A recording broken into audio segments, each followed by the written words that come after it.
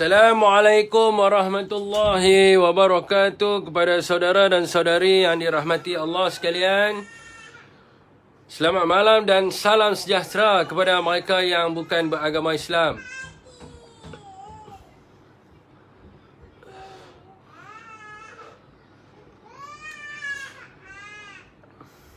Waalaikumsalam, Acik Cheng.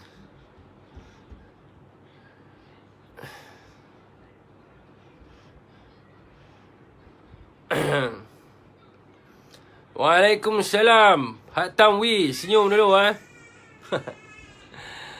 Okey Chandran Trevor, Muhammad Taufik, Cik Nan Utara, Anwar Rizal,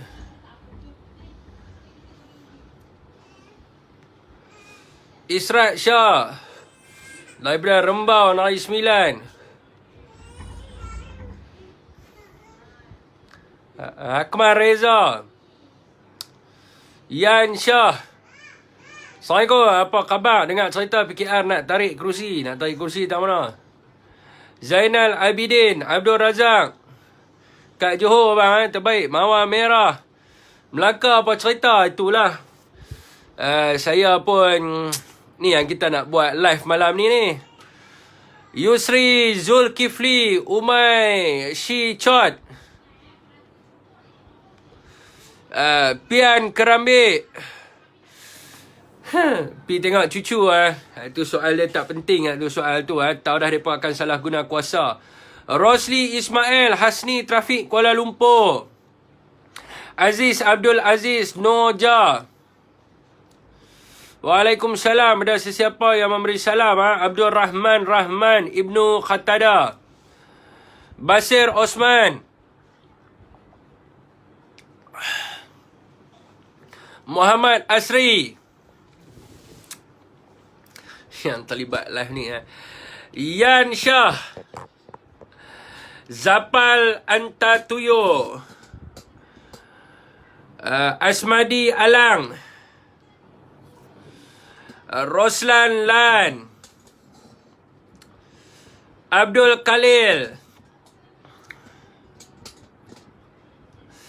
Ahmad Razak, Pian Kerambit,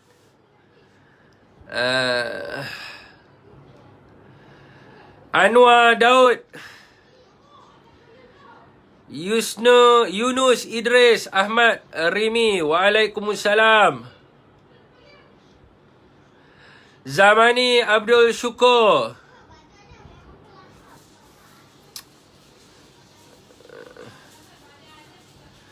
Bro Haizan, Zack Pilot,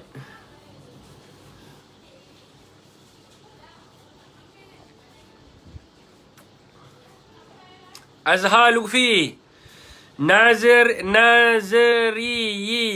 Anwar Amir Hamzah. Waalaikumsalam. Totok UMNO Pahang hadir Nak buat macam mana totok tu tak totok. Roslan Lan, Johari Osman, Damar Wulan, Muhammad Azri Salmi. Kak Ros takut duduk Malaysia tapi saya isu pasport tu penting jugalah Tapi yang paling bestnya saya tuan-tuan, saya berpuas hati apabila dulu orang UMNO duk mengatakan kita ni fitnah mereka tapi hari ni tuan-tuan berita melaporkan perkara yang sebenar kepada seluruh rakyat Malaysia. Muhammad Tarmizi, Muhammad Fa'ud, Kamaruddin Abdullah, Jeman Man Mace, Muhammad Azhar Syam, Basirun Santiang, Castillo 2, Muhammad Azhar Azhar. Orang kata apa, berita mengumumkan apa yang kita bagi tahu selama ni betul tuan-tuan mengumumkan pula dah. Waalaikumsalam tuan-tuan kepada sesiapa yang memberi salam tuan-tuan Abang Ismail Ahmad, Ramli Yusuf, Rosliza. Jadi tuan-tuan, selama ni kita duk kata Zahid Hamidi ni beli hotel bagi kat dia punya anak perempuan dia. Dia pun kata kita fitnah. Tapi hari ni tuan-tuan masuk dalam mahkamah.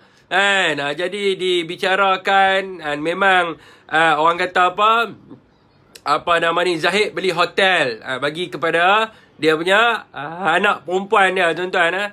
Osman Shahabuddin, Hazli Muhammad, Muhammad Faizal, Nik Ishak Nikmat, Asyik Muhammad, Asyik Mahmud. Waalaikumsalam. Jadi rakyat Malaysia dapat tahu lah, tuan-tuan, hari ni. Rakyat Malaysia dapat tahu perkara yang sebenar. Ismail Ahmad, SRM Hashim. Jadi bukan beli hotel, tuan-tuan. Beli hotel menggunakan duit Yayasan Akal Budi, yang mana duit itu adalah derma, tuan-tuan. Duit untuk kebajikan untuk karya dan juga untuk apa nama ni, golongan-golongan asnaf, tuan-tuan. Muhammad Norlin, Rosman Ahmad DW, Muhammad Faizal sembang hanya bapa. Waalaikumsalam. Ada sesiapa yang memberi salam, tuan-tuan. Saya tak jawab, tak sempat nak panggil semua nama, tuan-tuan. Habis 15 minit panggil semua nama. Minta maaf lah, tak sempat nak panggil nama, tuan-tuan. Jadi waalaikumsalam, tuan-tuan, kepada sesiapa yang memberi salam. Jadi tuan-tuan, inilah kebenaran, tuan-tuan. Kebenaran yang rakyat Malaysia kena tahu. Berkaitan dengan Yayasan Akal Budi, tuan-tuan. Ni dia pergi ke Jerman. Berkemungkinan besar pun nak beli hotel dekat Jerman juga kot, kita rasa, tuan-tuan, dekat sebulan. Jadi rakyat Malaysia kena tahu, tuan-tuan, seorang pemimpin masyarakat, seorang timbalan Perdana Menteri. Jadi membuka yayasan, mengutip derma daripada rakyat. Rakyat-rakyat yang kaya lah, tuan-tuan. Mengutip derma dengan alasannya untuk sejuk betul boy aircon. Untuk memberi bantuan kepada karya dan juga anak-anak yatim piatu dan golongan asnaf, tuan-tuan. Tetapi malangnya dana-dana yang sepatutnya yang diterima oleh golongan asnaf dan juga wang karyat ini telah pun disalahgunakan. Digunakan untuk shopping, tuan-tuan. Untuk membeli beg Prada dan sebagainya. Wallahualam lah beg jenama apa, tuan-tuan. Ni fitnah pula lagi ya. Wallahualam beli apa pun. Menggunakan kad kredit beliau dan isteri beliau. Menggunakan duit anak-anak yatim. Dan juga duit yang sepatutnya dibinanya madrasah. Dibinanya rumah-rumah anak yatim, dibinanya masjid dan surau, dibelinya hotel kepada anak dia. Ini tidak boleh diterima, tuan-tuan.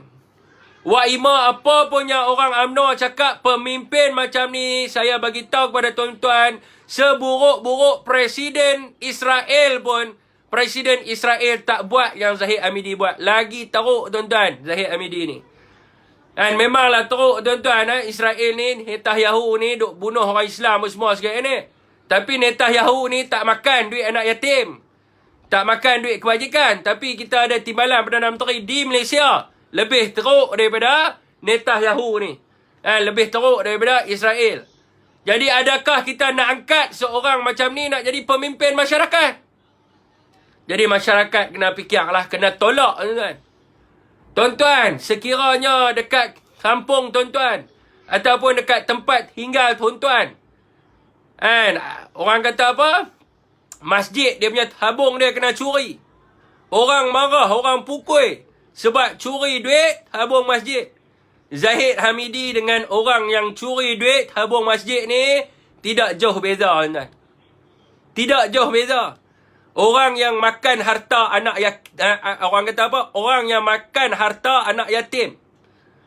Orang yang makan orang kata apa? Wang-wang yang sepatutnya dibina masjid.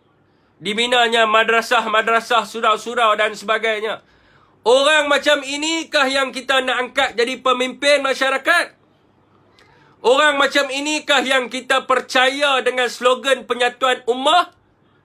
Ummah ini bermaksudnya umat Islam. Saya tak tahulah, tuan-tuan, kod Islam membenarkan perkara-perkara ini. Sekiranya Islam khairat apa lebih kurang itulah bunyi dia salam tamaan, tuan.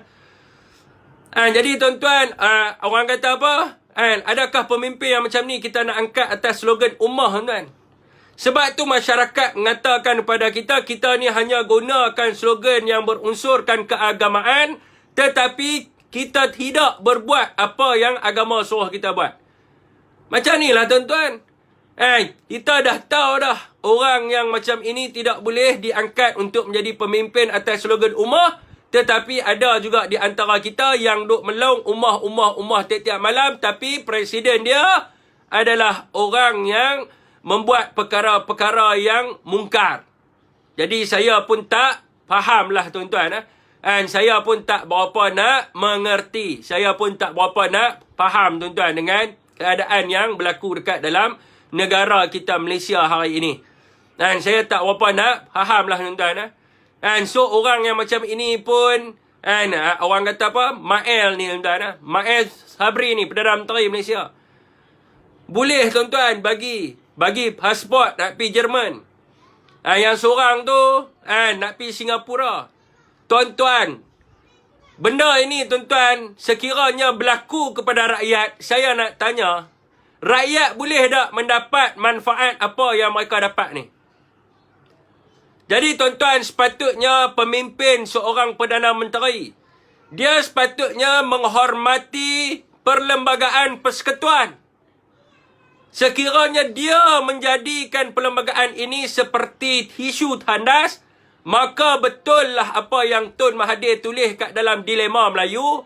Pemimpin-pemimpin Melayu ini akhirnya menjadikan perlembagaan persekutuan sebagai tisu tandas, hanya kerana mereka nak menjaga kepentingan politik dan nak menjamin kuasa mereka. Dalam perlembagaan bagi tahu setiap orang rakyat Malaysia adalah sama rata di sisi undang-undang dan berhak mendapat perlindungan yang sama rata di sisi undang-undang. Rakyat biasa tuan-tuan ditekan oleh undang-undang, tetapi pemimpin-pemimpin politik memanipulasikan undang-undang bagi tujuan kepentingan diri mereka sendiri. Jadi rakyat nak ke perkara ini berlaku, ataupun rakyat nak sebuah negara yang adil dan saksama?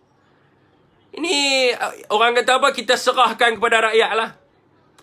Rakyat hari ini walaupun dia tidak membuat sebarang jenayah tuan-tuan, dia kena bankruptcy disebabkan pandemik COVID-19. Dia tidak mampu untuk membayar hutang dan sebagainya. Dia dikenakan bankruptcy. Dia tidak boleh keluar negara walaupun dia nak buat rawatan di luar negara. Tetapi pemimpin politik yang penyamun, makan harta anak yatim, makan duit rakyat dan sebagainya, boleh pergi Jerman, boleh pergi Singapura. Saya dah bagi tahu dah kepada masyarakat yang tengok live saya malam ini, saya bagi tahu ini adalah jaminan dalam perlembagaan. Kalau kita duk sembang tentang keramat Melayu, kalau kita duk sembang tentang merdeka, sejarah penubuhan dan sebagainya, maka perlembagaan persekutuan ini haruslah dihormati. Perlembagaan persekutuan bagi tahu apa? Perlembagaan persekutuan bagi tahu setiap orang rakyat Malaysia adalah sama rata di sisi undang-undang dan berhak mendapat perlindungan yang sama rata di sisi undang-undang. Saya nak tanya tuan-tuan, Zahid Hamidi rakyat apa? Dia rakyat Malaysia ataupun Indonesia, kita tak pastilah. Tapi yang kita tahu dia jadi Presiden UMNO, dia adalah rakyat Malaysia. Rosmah Mansur rakyat Malaysia, tetapi mereka tidak mendapat mereka tidak mengamalkan undang-undang yang sama rata, yang mana rakyat ditekan daripada undang-undang dan dasar yang dibuat oleh kerajaan, tetapi pemimpin-pemimpin memanipulasi undang-undang atas tujuan dan kepentingan mereka sendiri. Ya, Abang Fazil Roka Utara, saya baru perasan Abang masuk. Semua perkara yang terkandung dalam Perlembagaan Malaysia dan semua undang-undang yang ada dalam negara hanyalah untuk rakyat bawahan, betul ya? Kalau rakyat merasakan tertekan dengan perkara ini, maka rakyatlah yang menentukan sama ada nak pilih mereka ataupun tak. Ini adalah mukadimah kita untuk malam ini. Jadi semailah kebencian anda kepada UMNO untuk membenamkan dan juga menanam UMNO dalam PRU ke-15 akan datang. Untuk memastikan bahawa kita dapat membina sebuah negara yang bersih, yang daripada sudut sama rata. dan juga menjamin keselamatan dan kesaksamaan di kalangan semua rakyat Malaysia. Tidak ada campur tangan politik dalam urusan mahkamah dan sebagainya. So sekiranya kita nak perkara ini, maka kita kena bagi kepada UMNO batu nisan dan supaya dia terus dibenamkan. Okey tuan-tuan, itu mukadimah saya untuk malam ini tuan-tuan. Jadi topik saya malam ini, saya nak merujuk kepada parti PAS sebenarnya. Saya nak merujuk dekat parti PAS dan juga saya nak juga rujuk kepada satu artikel di dalam Malaysia Kini yang ditulis oleh seorang profesor. Nama dia saya lupa tuan. Saya ingat tadi bila mukadimah saya terlupa nama dia. Saya duk hafal lah hati tadi. Orang kata bila dah mukadimah terlampau panjang terlupa nama dia. Jadi tuan-tuan, saya nak bagi satu gambaran. Saya nak bagi satu gambaran yang mana kenapa kita terasa dengan tindakan yang mungkin diambil oleh parti PAS. Tuan-tuan, Perikatan Nasional adalah sebuah parti politik yang diasaskan oleh Bersatu dan juga PAS dan kemudiannya disertai oleh komponen-komponen parti yang lain. Jadi secara tidak langsungnya Bersatu dia takkan pergi dalam pilihan raya atas nama Bersatu. Dia akan pergi atas nama Perikatan Nasional. Begitu juga PAS akan pergi juga dalam Perikatan Nasional. Dan juga komponen yang lain juga akan pergi sebagai Perikatan Nasional. Termasuklah gerakan dan sebagainya. Sebab apa? Sebab Perikatan Nasional ini adalah parti yang sah, yang diasaskan oleh PAS dan juga Bersatu. Apa yang kita kecil hati sekarang ini adalah kenyataan yang dikeluarkan adalah seolah-olah memberi kelebihan kepada seseorang yang luar daripada parti kita. Ataupun memberi mendowngradekan Perikatan Nasional. Jadi bahasa yang spesifiknya adalah merendahkan dan mendowngradekan Perikatan Nasional ini sendiri. Dan perkara ini dilakukan oleh komponen di dalam parti kita sendiri. Iaitu PAS. Jadi saya nak tanya kepada PAS. Adakah PAS ini mereka merasakan mereka duduk di dalam Perikatan Nasional ataupun mereka tengah-tengah tidak tidak menyertai Perikatan Nasional tetapi duduk sebagai bebas macam pejuang. Pejuang dia tak sokong kepada PIS dan dia tak sokong kepada mana-mana. Dan dia melihat mana yang dia boleh pi, dia akan boleh pi. So soalan ni saya nak tanya kepada PAS. PAS ini duduk dalam Perikatan Nasional ataupun duduk di tengah-tengah. Maknanya dia tidak dalam Perikatan Nasional dan dia tidak juga dalam Muafakat Nasional. Dia duduk di tengah-tengah. Ni soalan saya yang pertama yang harus dijawablah oleh kepimpinan PAS ataupun orang yang tertinggi dalam PAS. Okey tuan-tuan, sebab apa saya mengatakan bahawa PAS akan memberi kelebihan kepada UMNO dan sebagainya. Perkara ini tuan-tuan perlu membaca satu penulisan daripada seorang profesor yang saya terlupa nama dia di dalam Malaysia Kini, yang telah pun membuat analisa dan juga statistik berkenaan dengan pilihan raya negeri di Melaka. Jadi beliau telah pun membuat statistik dan juga analisa dan beliau berhujah bahawa sikap PAS di dalam Perikatan Nasional ini sebenarnya telah pun merendahkan Perikatan Nasional dan telah pun memberi kelebihan kepada UMNO. Secara tidak langsung akan membunuh Perikatan Nasional itu sendiri. Sebab apa? Sebab PAS mengeluarkan kenyataan bahawa mereka akan menyokong kerusi-kerusi yang disandang oleh UMNO di Melaka. So apabila mereka menyokong kepada UMNO dan dalam masa ini saya pening ni. Kenyataan ni saya agak pening. Sebab apa? Yang nak bertanding di Melaka ini Perikatan Nasional. So bila PAS kata dia menyokong penyandang kerusi tersebut, maknanya di situ PAS akan bagi jentera dia kepada UMNO dan dalam masa yang sama menidakkan Perikatan Nasional yang bertanding di Melaka. So, benda ini agak jadi macam sekiranya kita terang kat orang pun tak faham juga sebenarnya. And orang pun tak faham juga sebenarnya macam mana dia pergi Perikatan Nasional, lepas tu dia sokong penyandang kursi di situ. And so, sekiranya kita menterjemahkan pada orang pun pening. Saya pun tak memahami juga keadaan ini. Sepatutnya mereka kena sokonglah parti yang dibina oleh mereka, yang mereka adalah salah satu komponen dalam parti tersebut. Sekiranya mereka menyokong kepada UMNO, bermakna di sini mereka telah pun memberi kelebihan kepada UMNO dan mereka telah downgrade Perikatan Nasional. Dan kemungkinan besar Perikatan Nasional akan kalah di dalam pilihan raya negeri di Melaka. Dan kekalahan ini adalah kerana sokongan salah seorang parti dalam Perikatan Nasional kepada penyandang. Ini adalah faktor. Jadi saya pun tak faham lah. Jadi PAS dalam Perikatan Nasional ni, dia nak Perikatan Nasional menang ataupun dia nak Perikatan Nasional kalah. Ini yang kita tanya kepada PAS lah sebenarnya. Dan juga PAS akan memberi kelebihan kepada Pakatan Harapan yang akan bertanding di Melaka. Sebab apa? UMNO telah pun membuat rundingan dengan Pakatan Harapan.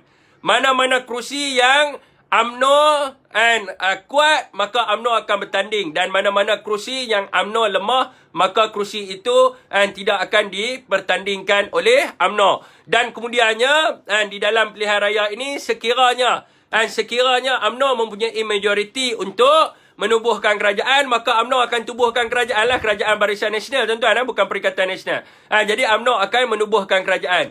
Dan sekiranya UMNO tidak mempunyai kerusi majoriti, maka UMNO akan bergabung dengan PH untuk membentuk kerajaan. Sebab UMNO mereka tidak sesekali akan bersama dengan Perikatan Nasional. Ini jelas apa yang disebut oleh Zahid Hamidi, Presiden UMNO, dan beberapa orang kepimpinan UMNO. Dan hari ini Ahmad Maslan membuat kenyataan bahawa contoh gabungan yang mungkin akan berlaku di PRM Melaka ini mungkin akan berlaku dalam PRU ke-15. Dan so, apabila PAS menyokong UMNO, dia akan memberi kelebihan kepada PH untuk membenamkan juga Perikatan Nasional. So, saya tidak tahulah hala tuju PAS ni sebenarnya dan buat apa dia duduk dalam Perikatan Nasional. Saya pun tak memahami. Saya pun tidak memahami. Sebab apa? Sekiranya kita membina sebuah parti politik, maka tuan-tuan, tugas kita adalah untuk mempertahankan parti tersebut. Setakat ini belum ada sebarang kenyataan dikeluarkan oleh pemimpin PAS berkaitan PRM Melaka. Dah ada daripada Tuan Man. Saya baru baca tadi ya. Ada di dalam FMT pun ada, di dalam Esro Awani pun ada, di dalam Sinar Harian pun ada. PAS akan menyokong penyandang kerusi. Jadi dah memang ada dah kenyataan PAS di dalam paper, boleh rujuk sekarang ni. So, kita membina sebuah parti dan saya tak faham kenapa kita bina sebuah parti tetapi kita tidak mahu parti kita menang. Sepatutnya apabila kita bina parti, kita nak parti kita menang. Kita nak parti kita menang. Sebagai contohnya, tuan-tuan. Kalau kita ambil lah PRK sebenarnya. Sekiranya, waktu tu bersatu duduk kat dalam PH lah, tuan-tuan. Sekiranya PAS tidak memberikan undi kepada UMNO, maka yang akan menang di Semenyih adalah Bersatu. Yang akan menang di Semenyih adalah Bersatu. Tuan-tuan tak percaya, tuan-tuan boleh pergi tengok sendiri. Pengundi PAS ada 6,000 orang. Sekiranya buang pengundi PAS 6,000, yang menang kat Semenyih adalah Bersatu. Begitu juga dekat Melaka, tuan-tuan. Sekiranya PAS bagi undi kepada Bersatu ataupun PAS bersama-sama dengan Perikatan Nasional, bekerjasama dengan Perikatan Nasional, maka undi itu akan bersatu. Undi itu bersatu, kita akan menang.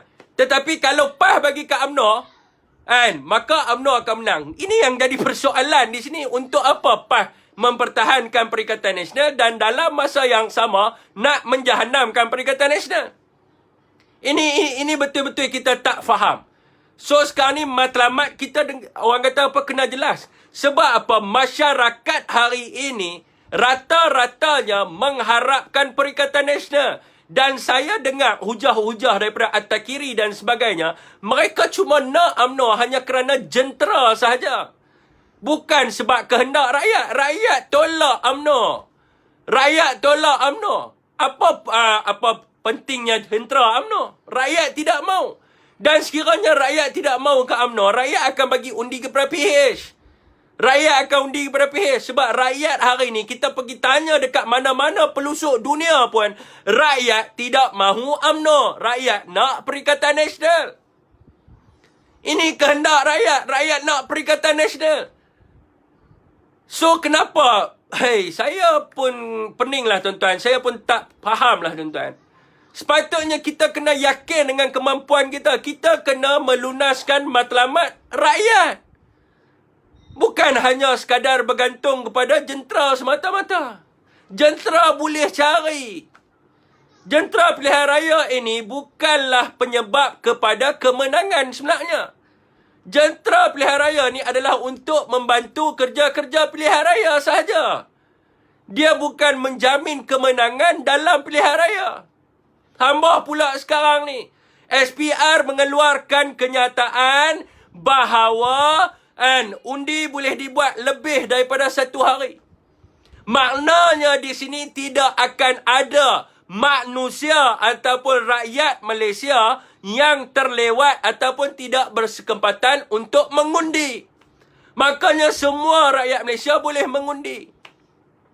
Ini yang lebih penting, kita nak merealisasikan impian rakyat Malaysia. Rakyat tak mahu kepada Pakatan Harapan. Rakyat tak mahu kepada Barisan Nasional. Rakyat mengharapkan satu parti yang baru yang dinamakan sebagai Perikatan Nasional yang dikenali sebagai sebuah parti politik yang pemimpinnya prihatin rakyat. Rakyat inginkan Perikatan Nasional. So inilah yang kita bawa. Kita kena bawa lah Perikatan Nasional. PAS, lagi satu untuk makluman, PAS adalah salah seorang pengasas Perikatan Nasional. Buat apa nak diasaskan Perikatan Nasional dan di akhirnya mereka sendiri yang nak menanam dan memendamkan Perikatan Nasional. Saya rasa perkara ini tidak wajar berlaku, tuan. Saya rasa perkara ini tidak wajar berlaku. Dan PAS sendiri, PAS tidak menerima Pakatan Harapan. Oleh kerana ideologi dan pemikiran yang dibawa oleh pemimpin Pakatan Harapan yang terang-terang orang kata apa, tidak mengikut kepada prinsip-prinsip tradisional ataupun prinsip parti politik yang orang kata apa, konservatif ini. So, PAS tak boleh nak terima sebab mereka tentang semua perkara termasuk hudud dan sebagainya. UMNO ada kerjasama dengan Pakatan Harapan di Melaka. Ini secara terang-terangan berlaku. Ini terang-terangan berlaku. Bukti semua dah ada. Mereka ada kerjasama dengan DAP, mereka ada kerjasama dengan PKR. Sekiranya mereka menang kerusi tidak cukup majoriti, mereka akan bergabung dengan PH untuk bentuk kerajaan dari Melaka.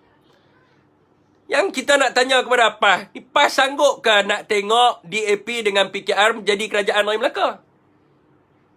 Kalau kata PAS rasa sanggup nak tengok, kita tak ada masalah.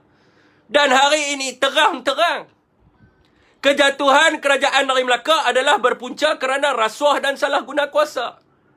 Saya tak faham hukum Islam mana yang membenarkan rasuah ni.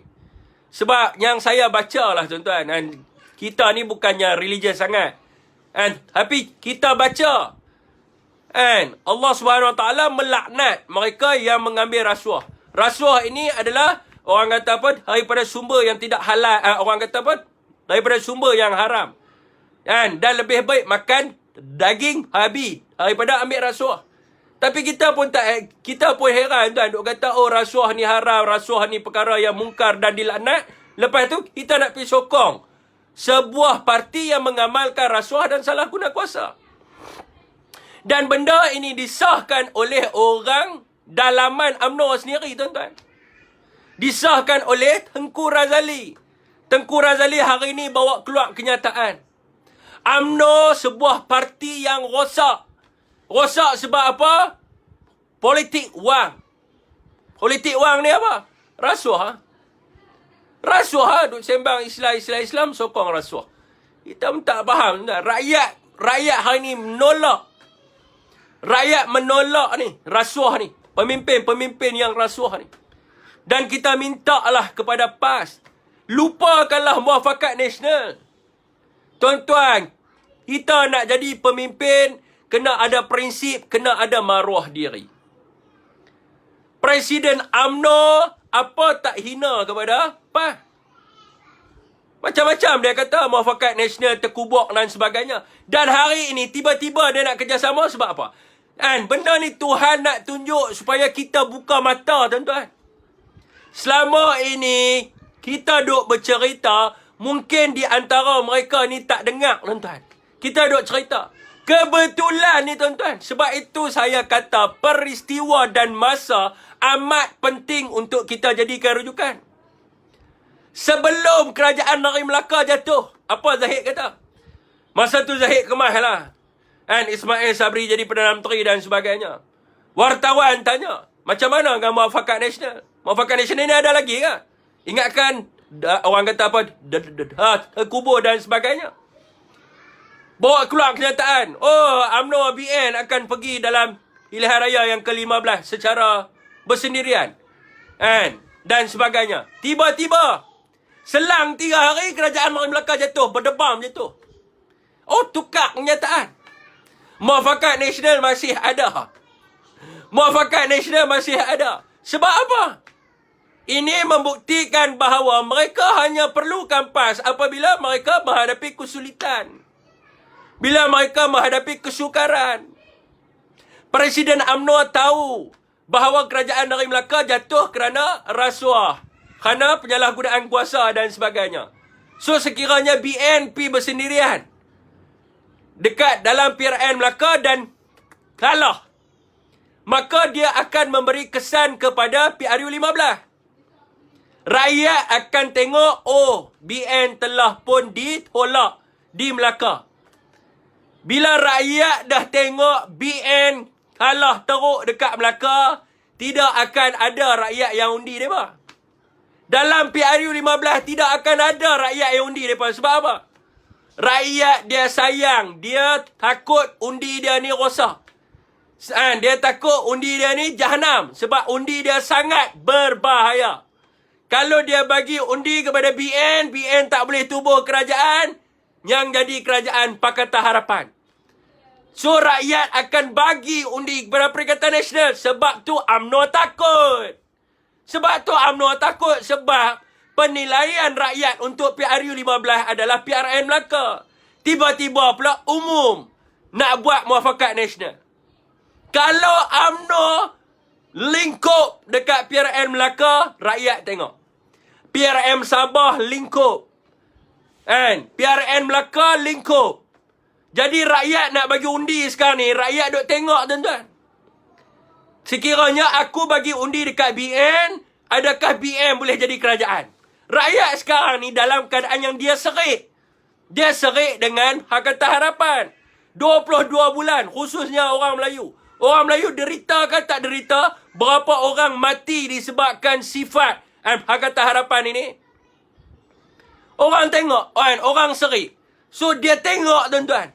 Oh, PRN Melaka pun BM lingkup. Sekiranya aku bagi undi kat BN, undi aku ni jahanam. BN ni tak boleh nak jadi kerajaan. So, macam mana? Lebih baik aku bagi undi kat PN. Kurang-kurangnya orang Melayu juga. Dia bagi undi kat PN. Sebab apa? Dia dah nampak dah PRM Melaka, BN sungkok. BN tersungkok. So, dia kata kalau orang ni semua dah tanam dalam otak dia, kalau aku bagi undi kat BN, sila hari bulan BN tak jadi kerajaan, orang Melayu melingkup. Dia bagi kat PN. So, UMNO nampak benda ini. Bila UMNO nampak ideologi ini dan UMNO nampak apa yang akan berlaku sekiranya mereka terbenam dalam PRM Melaka, sebab tu mereka seru PAS balik. PAS mainlah PAS. Muafakat nasional, ingatlah lilangan air mata. Muafakat nasional, mainlah PAS. Kita kena selamatkan. Ada tu, hak duduk lumut seorang tu. Kita kena selamatkan muafakat nasional, tuan-tuan. Demi ummah, tuan-tuan.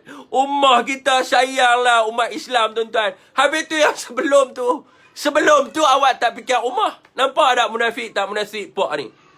Tapi PAS tak nampak benda ni. UMNO hanya nak memperkudakan mereka dan nak menggunakan mereka. Sebab itu bila UMNO buat live cerita pasal ummah, saya masuk pergi tanya soalan nak bagi orang PAS dengar sendiri. Saya tanya soalan. Kan? Kepada tu ada seorang duduk di lumut tu. Tuan-tuan tolonglah. Demi ummah, tuan-tuan. Saya tanya dia soalan satu. Satu soalan yang membawa 1000 makna. Saya tanya kat dia soalan.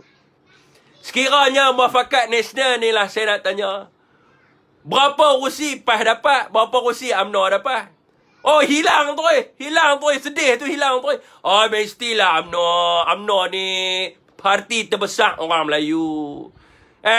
Bila dia besar, dia abang besar, dia lah dapat kursi lebih. Yang sederhana dapatlah kurang sikit. Yang kecil tu dapatlah sikit kursi.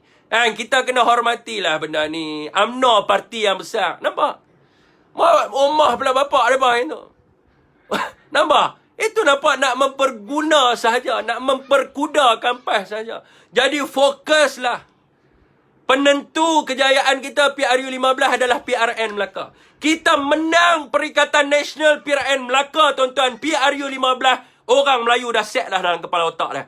Orang Melayu nak keluar mengundi, dia dah fikir lah Perikatan Nasional demi untuk negara, demi untuk bangsa. Orang Melayu dah set dah dalam kepala otak dah. Dia pergi tempat mengundi, dia terus hentam Perikatan Nasional. Tapi kalau PAS nak benamkan Perikatan Nasional dalam PRN Melaka, PRU15, tuan-tuan, akan kembalilah ni Hakata Harapan. Sebab UMNO takkan boleh menang. Takkan boleh menang, tuan-tuan. Rakyat takkan bagi undi kat Barisan Nasional. Rakyat akan bagi undi kepada Pakatan Harapan. Tuan-tuan percayalah cakap saya. Barisan Nasional ni memang dah ditolak.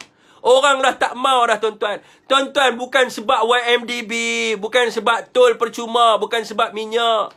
Tuan-tuan, 192 kursi yang pernah dimenangi oleh Barisan Nasional, tinggal berapa? Tinggal berapa, tuan-tuan? Lebih daripada separuh tolak Barisan Nasional. Tinggal 70. Tinggal 70 tu pula lari pula, tuan-tuan. And MP dia lari pula, keluar pula, masuk bersatu. Last kali tinggal 39. Dalam sejarah, tuan-tuan, bila dah jadi macam ni, dah menunjukkan bahawa Barisan Nasional ini akan terkubur. Yang paling penting, paling utama hari ni bukan kita bagi nafas kat mereka, tapi kita kena bagi batu nisan kat mereka sebab rakyat dah tolak Barisan Nasional. Rakyat dah tolak Barisan Nasional.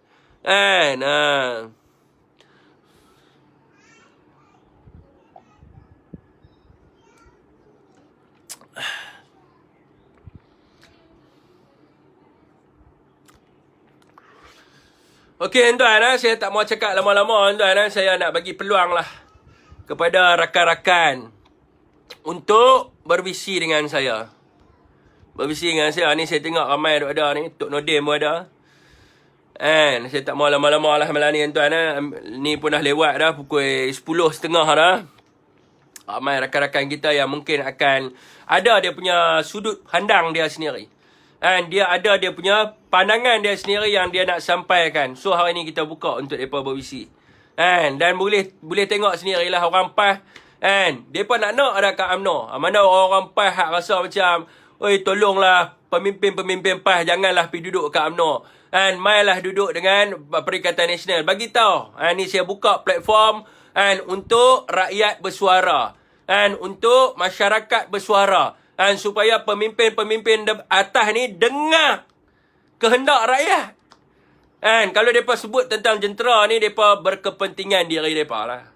Mereka senang nak buat kerja pilihan raya apa semua. Tapi kalau mereka fikir rakyat, mereka takkan buat benda tu. Ayah sama. Geri saya. Ayah masuk. Ayah dengar saya ni. Assalamualaikum. Waalaikumsalam. Waalaikumsalam. Ayah senyum tak apa. Ingat ayah nak marah ni. Apa? Ini pandangan masing-masing lah, betul tak? Betul. Pandangan masing-masing. Jadi bagi ayah yang rasa dalam keadaan sekarang ni, kita nak nak tekankan ke semua parti-parti yang lain pun tak kena juga. Sebab dalam keadaan sekarang kita saling memerlukan di antara satu sama lain. Kita saling memerlukan di antara satu sama lain. Sebab apa? Kalau boleh-bolehnya kita tak mau dah jadi 3 penjuru, 4 penjuru dan sebagainya. Kan? Kalau siapa, kita dah lalui dah. Pada PRU yang ke-14 kita dah lalui dah. Kan? Kita tengok bagaimana pertandingan 3 penjuru. Telah menyebabkan bahawasanya Barisan Nasional memang tahu lah. Memang kalah teruk. Kan? Tapi alhamdulillah lah. PAS bukannya kalah. PAS tak kalah. PAS ada pertambahan. Pertambahan kursi. Kalau nak tahu kalau nak ikut-ikut ahli lebih kurang dalam 1 juta lebih, dekat 2 juta, tapi yang dapat undi tu lebih daripada 2 juta tu. Kan? Sebab tu kita rasa benda ni kalau kita masih lagi duk bertegang urat, kan? Kita masih lagi duk orang tahu tuding menuding di antara satu sama lain. Sampai bila pun kita akan berpecah. Di hari ini bagaimana kita nak kuatkan ukhuwah kita di antara semua parti-parti Melayu dalam negara kita ni. Kita nak cari jalan yang tu kan. Kita nak kuat. Kita nak kuatkan. Boleh. Ya. Saya ni ada jumpalah duk bersembang lah dengan 2-3 orang profesor yang penganalisa politik ni. Dia kata kat saya apa tahu? Dia kata kat saya, ummah ni sentimen yang dimainkan oleh UMNO untuk memperbodohkan Melayu Islam bukan disebabkan politik 3 penjuru.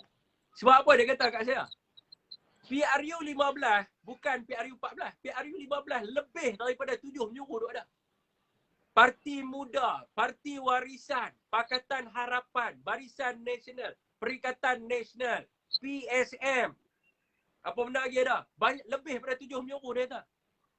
PRU 15. Sebab tu, mana-mana penganalisa politik pun mereka bersetuju PRU 15 tak ada istilah nak tutup 3 penjuru. Sebab lebih daripada 3 penjuru. Dan mereka mengutamakan pemilihan kandidat. Sebab tu dalam masa yang sama, UMNO main propaganda akan buka peluang kepada budak-budak universiti dan mahasiswa dan sebagainya untuk menyertai dalam pilihan raya ke-15. Nampak di situ? Sebab UMNO sedap benda ni. Kalau betul lah ummah ni, kita kena jemput semua ni. Tu apa pejuang semua ni, pejuang muda, warisan ni kita kena jemput mai duduk kat depa mai duduk dengan kita sebab depa ni bukan sokong PH. Depa ni tak mau duduk dengan Perikatan Nasional sebab UMNO je. Punca warisan tak mau duduk dengan Perikatan Nasional bukan sebab benda lain, sebab UMNO sahaja. Punca pejuang tak mau mai duduk dengan Perikatan Nasional sebab UMNO. Memang pejuang pun kita tak mau yang 97 tahun tu sebut tu ayah pun muka lain ayah lain. Dah maksud saya macam tu lah. Kan, sedikit pun kita tak mau, tu maksud saya. And so Prof ni kata sentimen 3 penjuru ni adalah propaganda yang dimainkan oleh UMNO. Dalam masa yang sama mereka sedar bahawa istilah penjuru-penjuru ni semua tak penting. Sebab apa? Banyak penjuru duk ada. Yang sekarang ni isu mereka nak main adalah sentimen ummah Melayu dengan Islam tu. Kan? Okey lah, teruskan lah. Okey. Bagi pendapat ayah lah kan. Kita dah tengok di hari ni ya. Makin hari ya, semakin kita ni orang kata apa duk bercanggah pendapat ya di antara satu sama lain. UMNO bukan kerana UMNO tu rosak. Sebenarnya pimpinan dia tu. Bukan UMNO yang rosak. UMNO tu tak ada masalah. Jadi pimpinan yang sedang mengendali yang di atas ni. Kan? Tapi nak buat macam mana? Kalau akak umbi dia di bawah tak berani nak buat perubahan. Tak berani nak tukar pimpinan yang baru. Kan? Ayah rasa kalau mereka berani buat perubahan tu, insya-Allah kan kita rasa akan ada perubahan lah. Kan?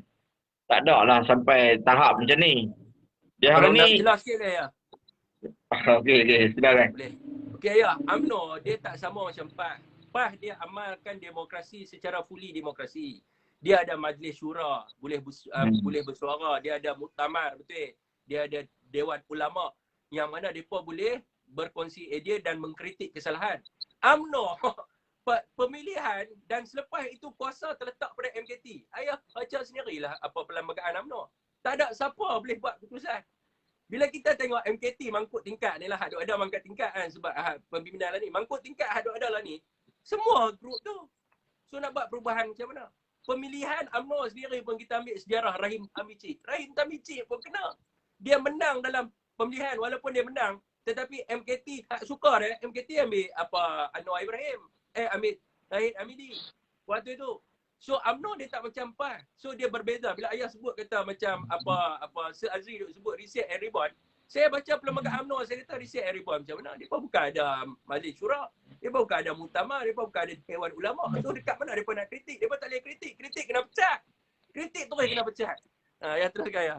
Nah, itulah kata dalam sesebuah parti tu, organisasi tu dia tak betul-betul ikutlah kan apa yang ni.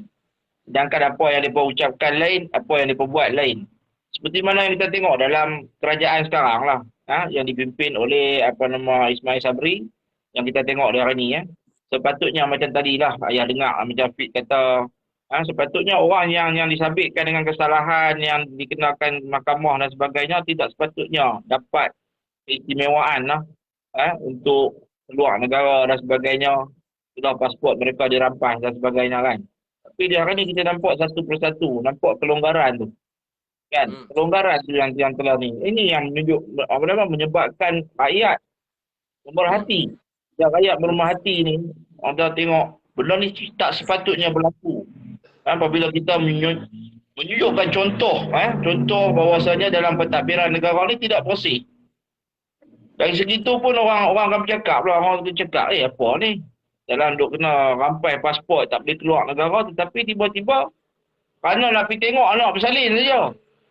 Minta pasport balik. Kalau kita sebagai rakyat marhin, macam Jafi kata lah, kita ni bankrupt dan sebagainya, tak boleh pergi mana. Memang duduk dalam negara lah. Sebab tu dia ni, kita cuma nak satu perubahan. Satu perubahan macam mana, di mana biarlah parti-parti Melayu kita ni boleh duduk berbincang dengan cara elok bagaimana untuk memperkukuhkan ukhuwah kalau yang mana yang tak boleh nak terima tu kita tolak buang lah. Macam baru-baru ni kita tengok Zahid Hamidi dia terang-terang beritahu dia tidak akan bersama-sama dengan PAS ataupun Perikatan Nasional dan sebagainya. Dia terang-terang dia beritahu.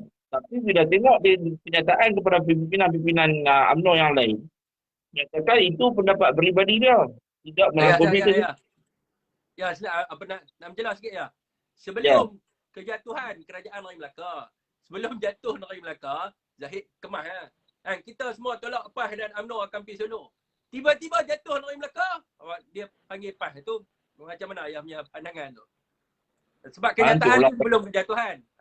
Sebelum ini baru ni bukan dia buat wawancara yang live baru ni. Yang tu lah baru ni lah tu sebelum kejatuhan Kerajaan Negeri Melaka dia punya date tu. Jatuh lah tu. Masa jatuh lah. Belum ke. Dia 3 hari lepas tu baru Kerajaan Negeri Melaka bubar. Tapi sekarang kita tengok pimpinan-pimpinan UMNO di peringkat bawahan ni menyatakan bahawasanya mereka perlu untuk bergabung dengan parti-parti lain.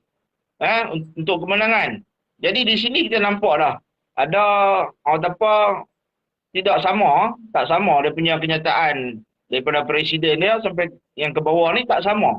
Jadi ini yang kita rasa kita tengok pimpinan-pimpinan PAS walaupun ramai orang mengecam lah. Ramai yang mengecam bahawasanya PAS terlalu ikut sangat hingga memberi laluan dan sebagainya. Ya, kalau ikut ayah pun tak setuju juga. Kan? Ayah pun tak setuju juga. Sebab kita ni punya nak jaga ukhuwah di antara kita tu jangan bercakap. Sebab sekarang ni kita memerlukan satu pasukan yang kuat untuk menjatuhkan Pakatan Harapan. Kita nak menjatuhkan Pakatan Harapan ni bukan kata mudah. Sebab di hari ni kita tengok kalau dalam kursi dalam parlimen kita tengok berapa ramai Pakatan Harapan sekarang ni. Kalau nak dibandingkan dengan kerajaan sekarang. Cuba tengok. Kita tengok mereka solid. Kalau kata DAP solid. Kalau kata PKR pun dengan parti-parti sepihak yang lain pun kita nampak mereka orang kukuh. Tapi dia nampak kita ni parti-parti dominan Melayu ni masih lagi duk bercanggah, masih lagi duk menyerang di antara satu sama lain. Tapi tak fikir dah. Apa nak jadi lepas ni kita tak fikir lah. Kita ada fikir, aku punya wadah. Jadi nak bawa aku punya wadah. Sampai bila-bila pun kita akan bercanggah. Sampai bila pun dia akan jadi macam ni. Sebab apa? Kalau dia berlarutan sampai ke PRU15, kalau kita tak boleh duduk semeja untuk bersama-sama, ha? Bersama-sama dalam satu pasukan yang besar, memang payah. Ya. Kita duk sangka, Apa nama nak bercelah sikit boleh tak? kita kadang-kadang kita duk sangka macam orang menyokong kita, anak-anak muda sekarang menyokong kita. Tapi kita tak tahu, anak-anak muda sekarang ni pemikiran dia lain. Pemikiran dia lebih advance daripada kita ni. Tentang hal-hal tentang ni lah, IT ni dan sebagainya. Mereka lebih selit daripada kita. Kan? Patutnya di hari ni kita kena tunjukkan lah bagaimana untuk menunjukkan satu pasukan yang kuat. Satu macam apa battalion lah. Apa nama nak bercelah sikit boleh ya? Ya, boleh. Ya, saya nak tanya pendapat Ayah sikit lah. Berdasarkan kajian yang saya buat. Lebih daripada 60% pengundi Pakatan Harapan semasa PRU ke-14. Mereka mengundi Pakatan Harapan bukan kerana mereka sokong Anwar Ibrahim nak jadi Perdana Menteri. Mereka undi Pakatan Harapan kerana mereka tidak ada pilihan yang lain dan mereka melihat bahawa pada ketika itu ada kepimpinan UMNO yang keluar dan masuk ke dalam Pakatan Harapan dan mereka nak letakkan Mahathir pada waktu itu sebagai Perdana Menteri. Dan mereka niat pada waktu itu hanyalah semata-mata nak jatuhkan kerajaan Perikatan Islam. 60% and above. Dan kebanyakannya adalah di kalangan orang muda. And sebab utama mereka nak tolak Barisan Nasional. Yang pertamanya adalah tidak ada jaminan masa depan dekat orang muda daripada segi peluang dan juga sosioekonomi. Yang mana Barisan Nasional mengamalkan kronisme dan juga depotisme yang melebihkan ahli-ahli dan juga kepimpinan Barisan Nasional saja yang menikmati kekayaan negara hasil daripada wang rakyat. Ini sebab utama. Ini penganalisaan yang dibuat ni. Dan dipersetujui oleh mana-mana orang yang buat analisa politik pun, dia setuju dengan apa yang saya katakan malam ni. Okay, so saya nak tanya Ayah sekarang ni. Barisan Nasional pada PRU ke-14 tak terbongkar banyak perkara sebagaimana kita nak pergi PRU 15. Bagaimanakah Ayah rasa sekiranya macam Ayah sebut tadilah kita terpaksa duduk semeja. Naratif banyak ni. Pakatan Harapan nak bawa ni. Kes Datuk Ihsanuddin, kes Ahmad Maslan. Ahmad Maslan payah denda. Lepas tu kes Zahid Hamidi, Najib Razak, Rosmah. Banyak kes ni. Dan Aziz Rahim. Yang mana rakyat baca kat dalam paper. Memang mereka ni beli hotel bagi kat anak mereka. Memang mereka ni perasuah dan sebagainya. Macam mana kita nak kempen PRU 15 nak bagi tahu kata, tak apalah demi Islam kita terpaksa terima benda ni. Sebab semata-mata kita nak jaga Islam ni, rasuah pun tak apa kita kena terima sebab dia mudarat kecil. Macam mana kita nak jelaskan perkara ini dan nak bandingkan dengan PH ni mudarat besar. Kalau kita bersama, orang ni semua akan undi PH balik dan PH akan menang. Sebab apa? Sebab kalau kita tengok pemikiran dan sikap masa PRU ke-15, mereka nak tolak Barisan Nasional. Dan mereka dah tak fikir apa. Mereka just niat mereka tu nak bagi jahanam ya. Tu mereka undi kepada Pakatan Harapan. So, pandangan Ayah macam mana? Macam mana kita nak bagi tahu kita rasuah ni mudarat kecil ya? Bukan maksudnya rasuah ni mudarat kecil. Rasuah ni adalah perkara yang meruntuhkan negara. Kan? Rasuah ni adalah satu perkara yang boleh meruntuhkan negara. Jadi masalah ni, dia terletak kepada akar umbi. Akar umbi parti tersebut. Apabila akar umbi ni telah digula-gulakan oleh pimpinan-pimpinan yang ada duit, yang ada pangkat, kedudukan ni, mereka rasa macam mana. Kalau orang ni jatuh, mereka tak dapat habuan seperti mana yang sebelum-sebelum ni lah. Sebab tu mereka akan angkat. Walaupun dia busuk macam mana pun, mereka tetap akan angkat dia. Sebab apa? Sebab mereka dapat ghanimah yang mana ni. Itu yang kita tahu. Itu yang kita tahu. Kan? Sebab mereka ajak benda ni dah lama lah. Setiap pimpinan yang naik, mereka akan ada orang-orang ataupun kroni-kroni dia di bawah dia untuk support dia. Kan? Dia tak payah fikir apalah tentang orang bawah. Dia akan gunakan orang-orang ni. Kan? Salah satunya apa? Dapat projek. Projek apa dia semua. Sebab dia diajak macam ni. Sebab tu di hari ni, mereka tak kira. Walaupun dia ni ada rekod apa pun, ada masalah mahkamah ke, ada rasuah ke, ada serinap duit apa pun, Mereka tak mau dengar benda tu semua. Hmm. Tapi apa yang perlu adalah kepada akak umbi bawahan lah. Akak umbi bawahan mereka ni supaya fikirlah habis-habis. Kalau kita masih lagi mengamalkan politik macam ni, sampai bila-bila pun kita akan duduk di bawah. Hmm. Kita tak akan naik di atas lah. Kita tak akan, orang kata apa, boleh mentadbir negara dengan begitu, orang kata apa, tanpa gangguan lah. Hmm. Stabilan politik takkan ada. Sebab apa? Kita akan kekurangan. Kursi-kursi parlimen tu akan kurang. Hmm. Akan dapat kepada orang yang tak sepatutnya lah. Kan? Kita tengok lah. Melaka tu dalam duduk elok-elok. Tiba-tiba saja 4 orang ni lompat keluar. Nampak tak? Kan kita kacau pun. Tak ada daripada PAS kacau. Tak ada daripada Bersatu kacau. Tak ada daripada mana-mana kacau. Hanya di kalangan mereka sendiri. Sama-sama sendiri. Bertelagah. Kerana apa? Kerana projek. Bukan kerana apa pun. Dari situ kita dah nampak dah bahawasanya mereka ni, pimpinan-pimpinan ni patut kita kena tendang keluar bang. Sebab apa? Sebab mereka ni hanya fikir tentang masalah projek apa yang mereka nak dapat ya. Mereka tak fikir apa yang rakyat sekarang tengah lalui. Rakyat tengah susah di hari ni. Sebab tu pimpinan-pimpinan ni patutnya mereka kena tendang keluar lah. Tak boleh lah orang-orang macam ni. Okey lah. Okey, benda tu tidak akan mungkin berlaku lah UMNO. Sebab ahli biasa, dia tak boleh nak tendang pimpinan dia. Sebab dia duduk di bawah kuasa MKT dia. MKT ni berkuasa mutlak. Termasuk di dalam pemilihan pun mereka berkuasa mutlak juga. Dia boleh tentukan siapa menang, siapa kalah dan sebagainya. Sebab tu yang mana menang pun semua adalah pilihan. Sebenarnya bukan undian ahli UMNO. Okey ya. Maksud saya tu ya, sekarang ni kita duk main naratif ni, saya duk tengok lah ramai di antara kita yang buat live semua ni, kita duk main naratif, kita kata kita tak boleh terima Pakatan Harapan ni sebab dia mudarat besar. Antara mudarat besar yang kita duk kata ni sebab daripada sudut pemikiran dia. Pemikiran dia ni, dia nak bawa negara sekular, dia nak bawa demokrasi sosial, mudarat yang sangat besar ke atas Islam dan juga orang Melayu. Sebab tu saya kata, UMNO ni mudarat kecil. Sebab benda ni dimainkan oleh PAN. Baru-baru ni pun duk kata juga berkenaan dengan benda ni. Macam mana kita nak bawa naratif, nak habak kata Rosmah ni mudarat kecil. Najib ni mudarat kecil. Mudarat besar tu. Lee Kuan Eng ni mudarat betul lah. Lee Kuan Eng tu mudarat besar. Silap Aiblan, Lee Kuan Eng pun boleh ceramah macam tu. Kan? Dia boleh buat penilaian kat kita pula. Kan? Dia boleh kata kat kita mana satu mudarat kecil, mana satu mudarat besar. Kan? Okey, macam ni Afiq. UMNO mudarat kecil. Macam mana tu ya? Okey, macam ni Afiq. Bagi mudarat kecil, mudarat besar ni yang kita tahu paling mudarat besar ni adalah Pakatan Harapan lah. Sampai nak ganggu gugat apa nama perlembagaan negara. Sampai dia pernah buat macam-macam. Tapi macam UMNO ni, boleh katakan mudarat. Mudarat nak kata besar sangat pun dah lah. Tapi rasuah tu kira memang betul-betul satu jenayah lah. Kan? Sebab dia ajak. Bila benda ni dia ajak, dia pun tak boleh ni menjadi macam habit tau. Dia jadi habit. Kan? Bila tak buat, dia pun jadi macam tak boleh nak duduk.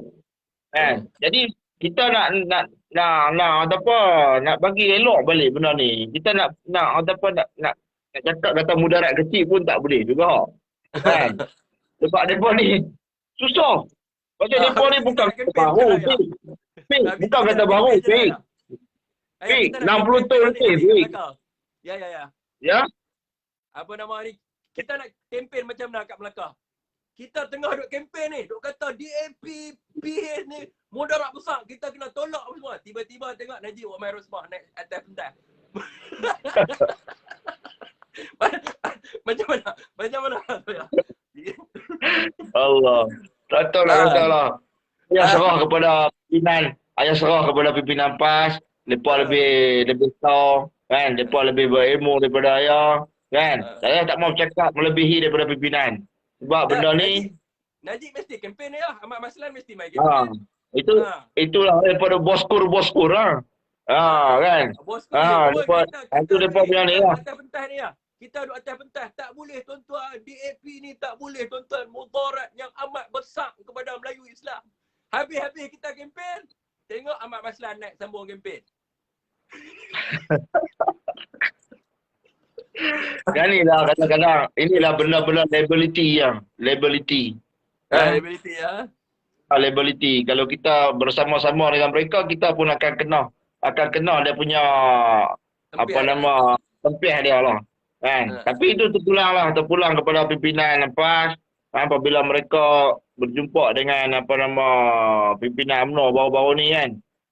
Lepas sembang apa kita pun tak tahu lah apa yang lepas sembang. Ini ayah tahu. Ini akan menyebabkan ada setengah-setengah daripada Perikatan Nasional tak puas hati lah. Kenapa masih lagi nak bagi peluang dekat mereka ni apa semua. Tapi tak tahu. Ayah tak tahu apa pemikiran yang ada kepada pimpinan apa nama PAS di atas. Biarlah mereka yang tentukan, biarlah mereka yang uruskan semua. Kami ahli-ahli bawahan ni, ahli-ahli biasa ni, kita semua samiak na watak na. Kami semua tak boleh nak nak membangkang pimpinan kami punya keputusan. Sebab tu Fik, bukan senang Fik. Sebab dalam parti-parti lain semua ada dia punya cara dia sendiri kan, setiap parti-parti tu. Tapi macam kami ni ada usrah, ada dan sebagainya, kami diajak supaya taatlah kepada pemimpin, lagi dia tidak bercanggah dengan Al-Quran dan Sunnah. Itu saja. Apa yang berpemimpin, insyaAllah lah, kami sami'na wa ata'na. Itulah. Ayah pun dah tergelak tu. Ayah, apa nama ni, saya nak bagi tahu ni, saya dah lama duk cari ayah. Nak ayah nombor tak ada. Bukan apa. Yeah. Okey, sekarang bukan. Saya duk cari ayah lama dah, nombor tak ada. Okey, apa nama, saya pun nak masuk kat FB ayah duk tengok kan, kotlah ayah nak buat live. Ayah pun selang-selang buat live, bukan hari-hari dah. Kan? Jadi dia macam ni ya. Okey, macam ni. Saya dapat detect lah. DAP sekarang ni, dia tak pakaikan kru dia di Pulau Pinang. Kan? Untuk dia bawa naratif supaya orang Melayu terima dia. Kan? Lah ni, dia dah tak pakai Farid Maulud, dia dah tak pakai orang-orang dia Pulau Pinang lah. Kan? Dia bawa sekarang ni, dia nak bagi tahu kata DAP ni bagus sebab di Pulau Pinang, DAP rasa dia dah macam tubuh dia kuat. Kan? So dia tak perlu menggunakan dia punya jentera dia di Pulau Pinang. Dan jentera dia di Pulau Pinang ni hanya perlu memastikan bahawa kan, orang di Pulau Pinang ni terpelihara daripada sudut kebajikan. Yang ni yang saya dapat info daripada dalaman lah, risikan saya sendiri. Kan? Dan naratif yang mereka main sekarang ni di sosial media kan, adalah untuk supaya dia tutup suara Pulau Pinang ni. Maknanya orang Pulau Pinang nak bawa keluar suara tentang DAP keluar daripada Pulau Pinang, mereka akan sekat, mereka akan stop dan sebagainya lah. So sebab tu kalau kita tengok sendiri macam kurang sikit lah suara-suara orang Pulau Pinang ni keluar.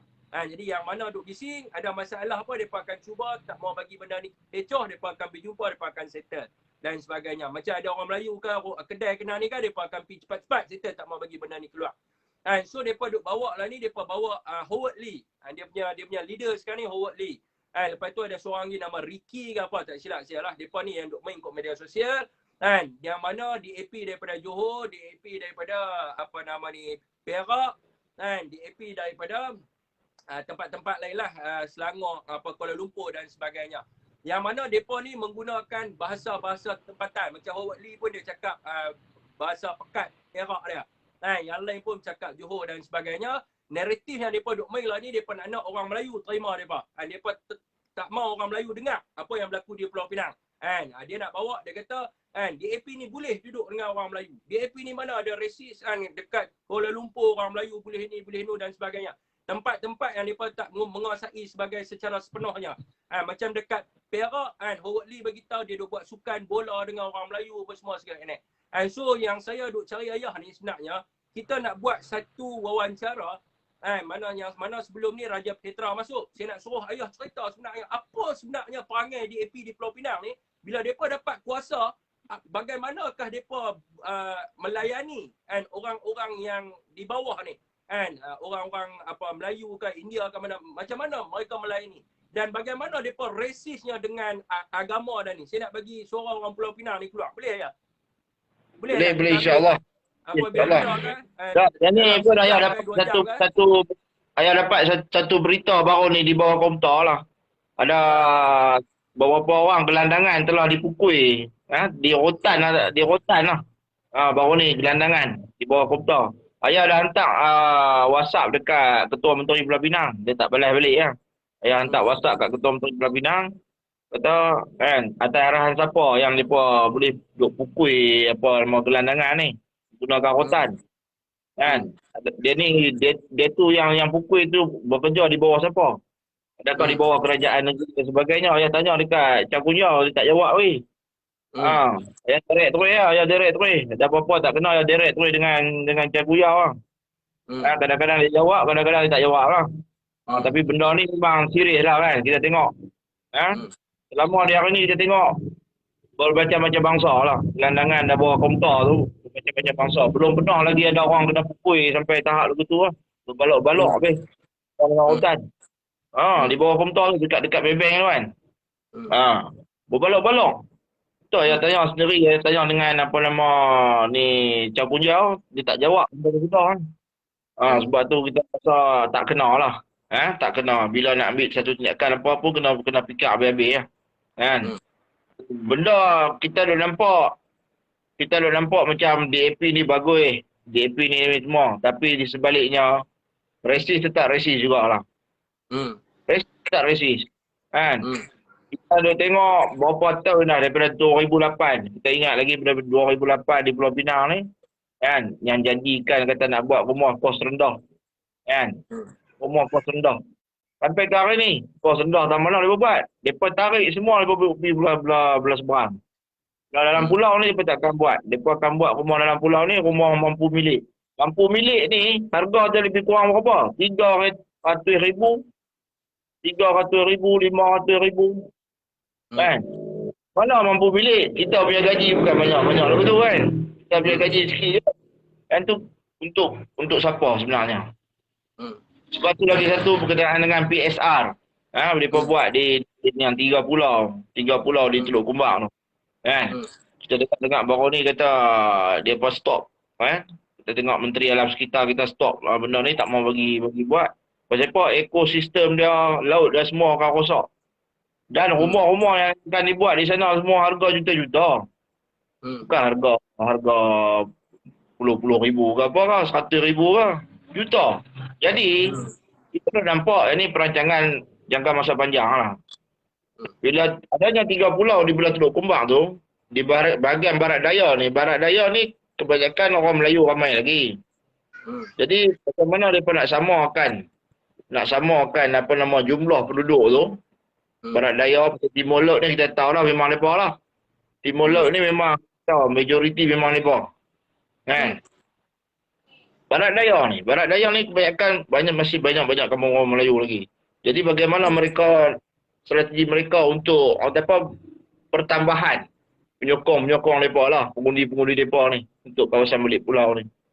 Mereka Ling Kuan A sendiri lah pernah berkata, sekiranya balik pulau tu mereka tak menang, mana kata Pulau Pinang ni bukan mereka menang lah. Tak.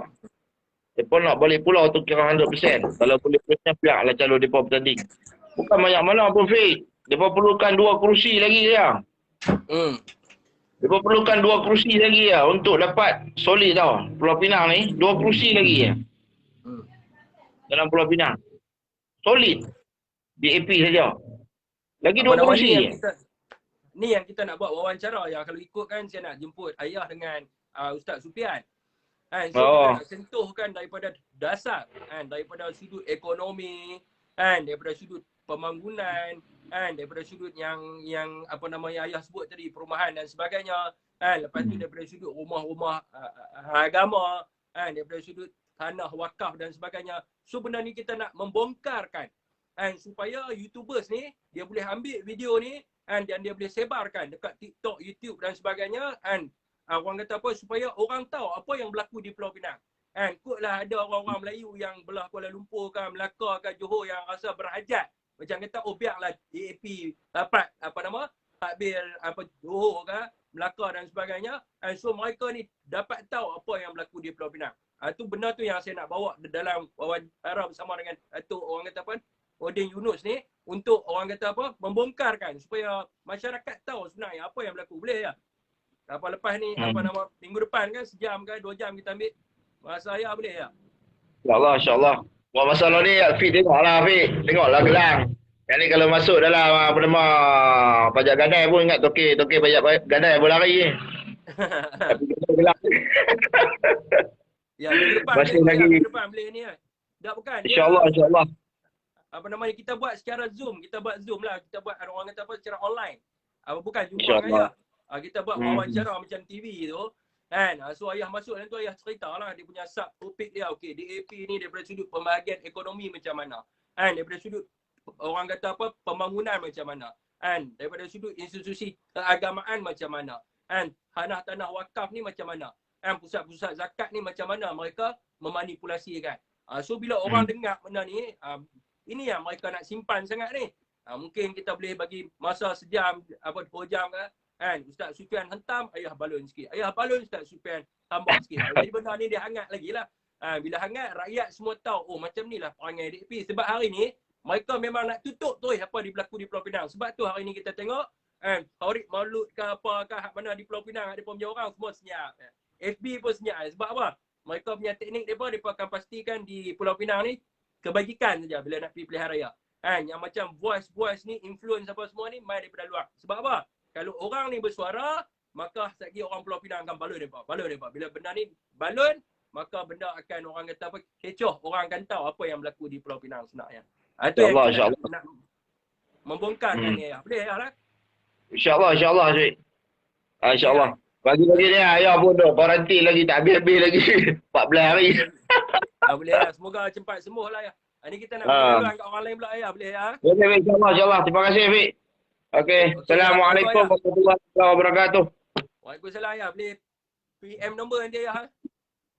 Baik. InsyaAllah. Okey, thank you ya.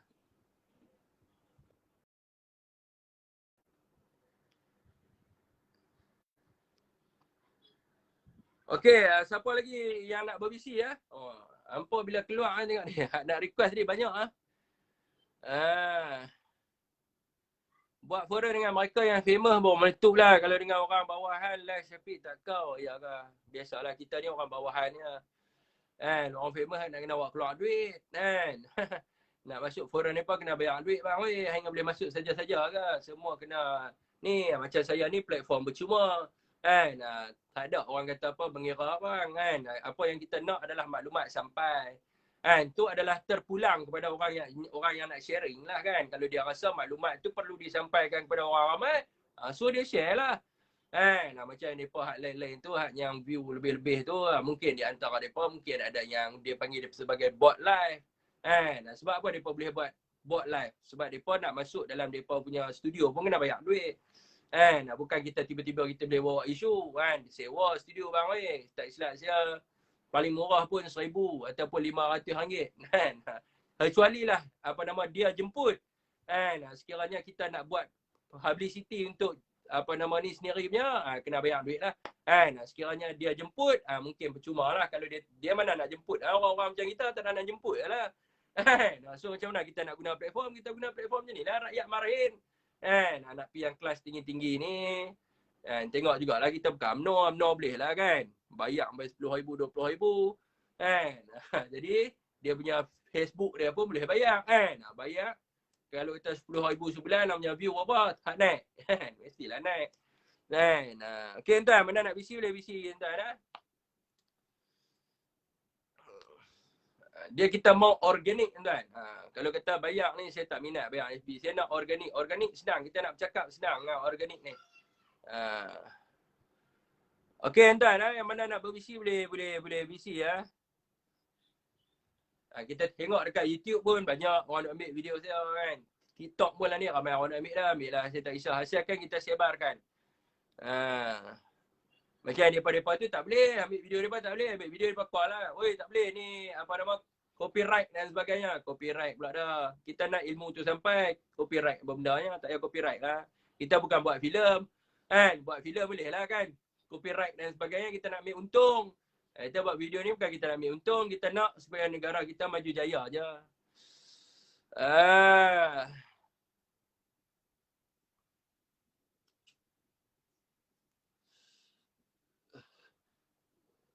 Datuk Nordin masuk lah.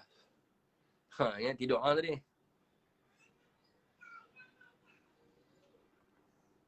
Suara pelan.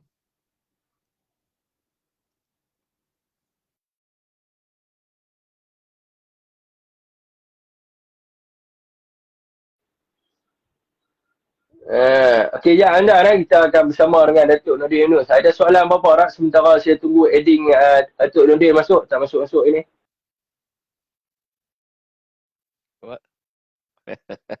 Waalaikumsalam. Tengok hot sangat hari ni, nak masuk sat kot, lama tak masuk. Ya dah. Boleh. Ya, yang pertama kali ni komen tadi pasal apa? Pasal kita punya VC tu, kita punya forum kita tu. Ya, yalah saya cakap betul lah, kita ni buat semua free, ya. Siapa nak masuk boleh masuk. Kan, tapi macam mana pun free kita pun sangat kita dihormati juga. Raja Fitra pun dah mula masuk. Nantilah kita panggil lagi profesor semua. Ya, okey. Kita tak malah apa tu nak rendah diri sangat.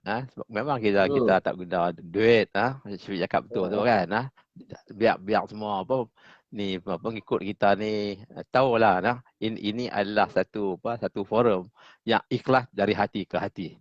Ya, bukan min duit, bukan duk cerita-cerita kosong kan. Siapa nak masuk boleh masuk, tak kira dia marahin tak marahin. Tapi bila kita ada integriti, saya ingat lebih ramai akan masuk forum kita secara percuma, Fiq. Walaupun sistem kita pun bukan semua sangat kan. Internet kita pun macam masalah kan.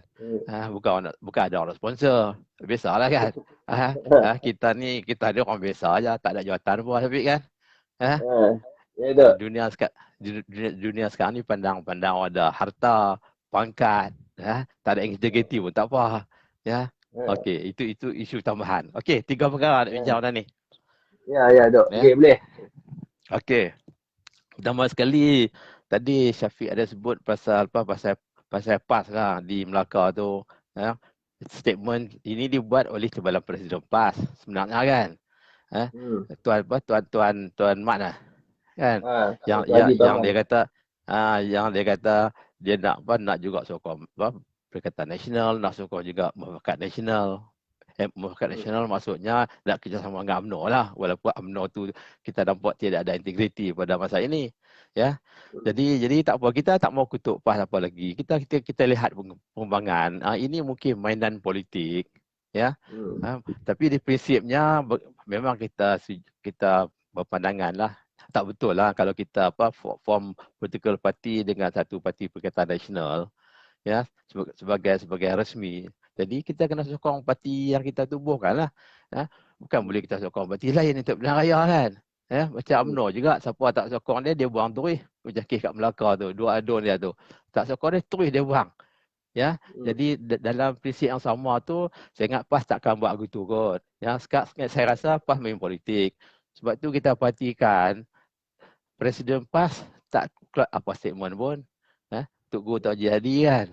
Jadi situ kita patut berhati-hati balik kan. Mungkin ini main politik untuk tengok keadaan macam mana. Tapi pandangan saya rasa PAS ni ikhlas dengan Perikatan Nasional. Ya. Jadi biarlah Timbalan Presiden tu buat statement nak sokong bila bertanding PAS tu kursi UMNO contohnya. Walaupun Perikatan Nasional bertanding, PAS tak akan sokong Barisan Nasional. Saya rasa itu mungkin tak berlaku pun. Ini cakap politik tu kot. Orang tahu masih duduk acah-acah tu Syafiq ni saya rasa ni. Dia pelik balik ya. Dia punya kenyataan tu macam pening tu. Saya baca kenyataan tu bukan saya pening, Profesor Penganalisa Politik pun pening. Dia kata lagu mana dia punya ayat dia kalau kita tukar dalam bahasa Kedah dia. Lagu mana puak ni? Perikatan Nasional lepas tu sokong UMNO. Dah macam mana pula nak benamkan Perikatan Nasional sendiri ke apa? Lebih kurang itulah ayat dia. Betul, statement clear lah. Tapi saya tengok itu kenyataan Timbalan Presiden. Bukan Presiden lagi kan. Begitulah dengan UMNO Barisan Nasional. Presiden kata lain, Timbalan kata lain. Kan? Ini politik ni hari ni terlalu dinamik. Tapi sebab saya rasa semua parti politik tak ada confidence sekarang ni. Mereka buat macam apa, rakyat mungkin meluat dengan mereka kan. Jadi mereka duduk tengok halang mana nak pergi tu. Jadi oleh sebab tu saya rasa apa buat statement. Tapi kita lihat apa akan berlaku sebenar bila ada pilihan raya lah. Di Melaka, contoh di Melaka ni, kalau betul-betul ada pilihan raya, kita pasti tengok halang mana PAS nak pergi. Adakah dia akan pergi mengikut mana kata Timbalan Presiden dia, atau mereka nak perkuat membalikkan Perikatan Nasional. Ya.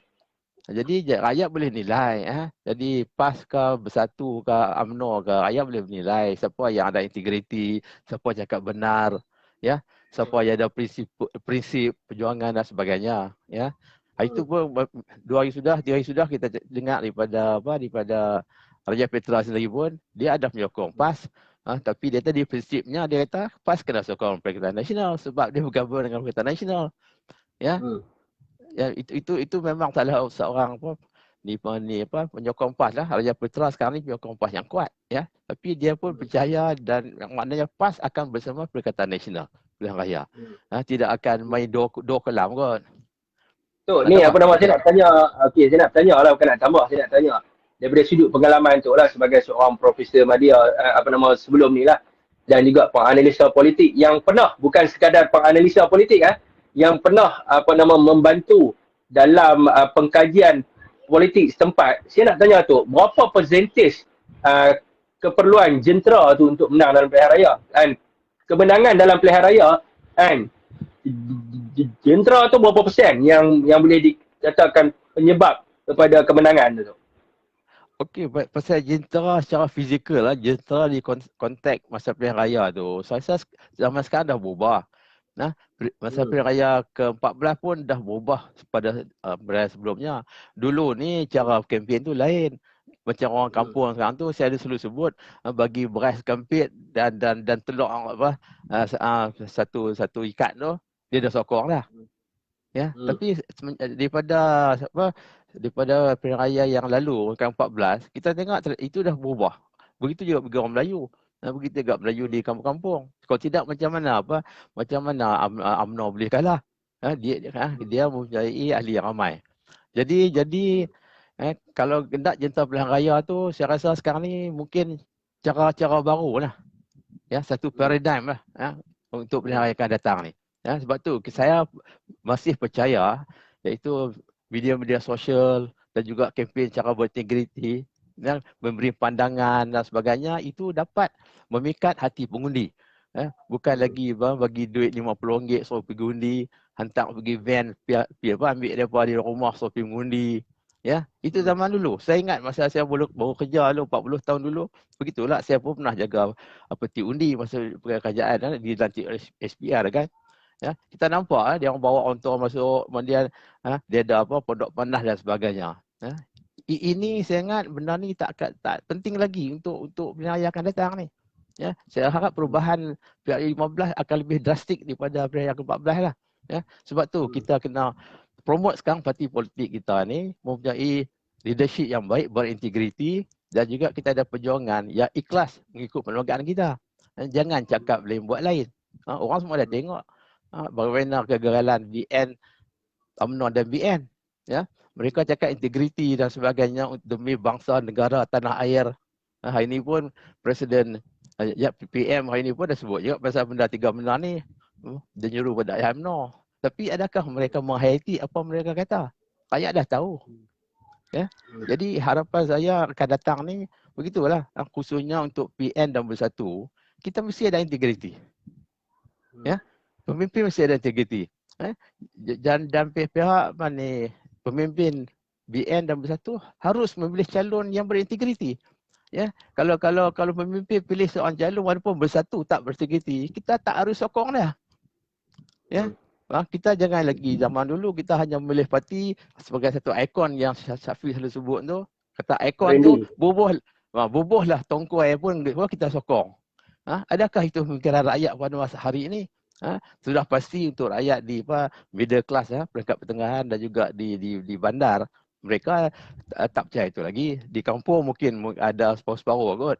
Masih pemikiran lama kan, yang tidak tahu perubahan dan masih hidup case bagi makan bagi duit RM50 tulis pangkah. Walaupun sepanjang 5 tahun mereka buat segala-galanya yang menzalimkan rakyat dan negara. Okey, baik. So, maknanya di sini jentera ni bukan main peranan penting lah sebab Datuk pernah involve dalam pegawai khas untuk PRU 14 kan sebelum ni kan? Ya. Okey. Ya, okey, so maknanya jentera di sini tidak memainkan sangat peranan penting untuk kemenangan. So Tok, saya nak tanya daripada sudut pola pemikiran tu, semasa tu BN kalau kita tengok semasa sebelum pilihan raya tu dia kata kami akan menang Masang. Dan last kali dia sebut I accept the verdict of the people, dia punya presiden. So Tok, saya nak tanya Tok, semasa Datuk duduk apa nama ni waktu itu, adakah Datuk nampak bahawa pola pemikiran rakyat ni berubah disebabkan isu-isu semasa ataupun macam mana Datuk? Ya, sudah pasti isu besar. Ya. Masa tu kita tengok the Grand Master masa tu ialah Tun Dr. Mahathir Mohamad. Ya, dia Grand Master masa tu. Dia boleh bawa satu naratif yang sebenar berlaku dalam pemerintahan UMNO dan BN. Ya. So itu tu bagi contohlah untuk apa, contohnya di Dun Kedah ni, Dun apa ni, Datuk Bashar. Ya, dia seorang menteri besar. Ya, sumber kewangan tidak terhad. Ya, sokongan pegawai tidak terhad. Sokongan kerajaan tidak terhad. Masih dalam kerajaan. Tetapi kenapa dia kecundang dengan seorang adun yang tidak ada apa, kosong bagi saya lah. Ya, dia boleh kalah begitu banyak, beribu-ribu undi. Saya ingat dekat 6-7 ribu undi. Apakah mesej yang kita dapat dari situ? Dan dia bertanding di kursi yang majoritinya orang Melayu. Ya, maksudnya orang Melayu dah berubah naratif ni. Jadi kita jangan ingat naratif lama lagi. Ya, tapi kita boleh bawa satu naratif, maksudnya integriti. Ya, integriti maksudnya tidak salah guna kuasa, tidak rasuah dan tidak praktis kolonialisme. Maksudnya membantu kawan-kawan kita untuk memperkayakan diri mereka. Isu ni penting bagi rakyat pada hari ini.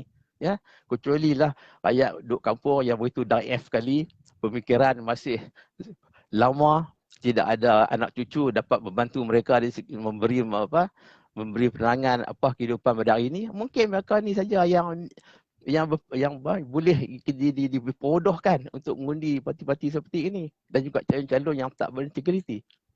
Syafiq, jadi bagi saya memang percayalah forum seperti ini adalah satu mesej lah untuk sampai kepada rakyat Malaysia, khususnya golongan pertengahan lah, middle class, dan juga mereka yang duduk di semi urban area lah, bukan di pedalaman, di kampung-kampung yang mana tidak dapat dihubungi dengan cara moden ini lah. Gitu, apa nama tu? Bagi tahu tadi ada 3 perkara yang nak bincangkan. Baru first yang second yang third lah. Okey, ya, selain daripada isu PAS tadi tu, saya rasa kita jangan risau sangatlah, mungkin PAS pun acah kot. Dia nak memainkan UMNO BN, kita tak tahu. Kita tengok hari sebenang. Kalau isu masih berlaku, saya berduka cita lah. Harapnya tak berlaku lah. Ya, mereka akan lihat kebaikan bersatu dan Perikatan Nasional, bukan lagi UMNO dan BN yang masih hari ini diselubungi oleh isu-isu ni lah. Mahkamah dan juga kleptokrat lah. Ya. Okey, yang kedua bersangkut dengan isu mahkamah juga kleptokrat lah. Apakah tindakan Perdana Menteri pada hari ini? Khususnya Perdana Menteri Datuk Seri Ismail Sabri lah. So, tadi pun Syafiq dia ada komen, ramai pun komen. Nampaknya dia agak lemah lah bila jumpa bila berkait hubung dengan kes-kes mahkamah dan kleptokrat lah. Ya, benarkan pasport, bagi pasport dan pergi Singapura, Germany, dan lepas Siasat Agung UMNO, ya, kes-kes yang di Johor tu, Felda semua tu. Jadi kita nampak semenjak dia ambil alih ni, benda-benda ni jadi satu benda yang soften, dah jadi lembut balik lah, maksudnya tak tegas.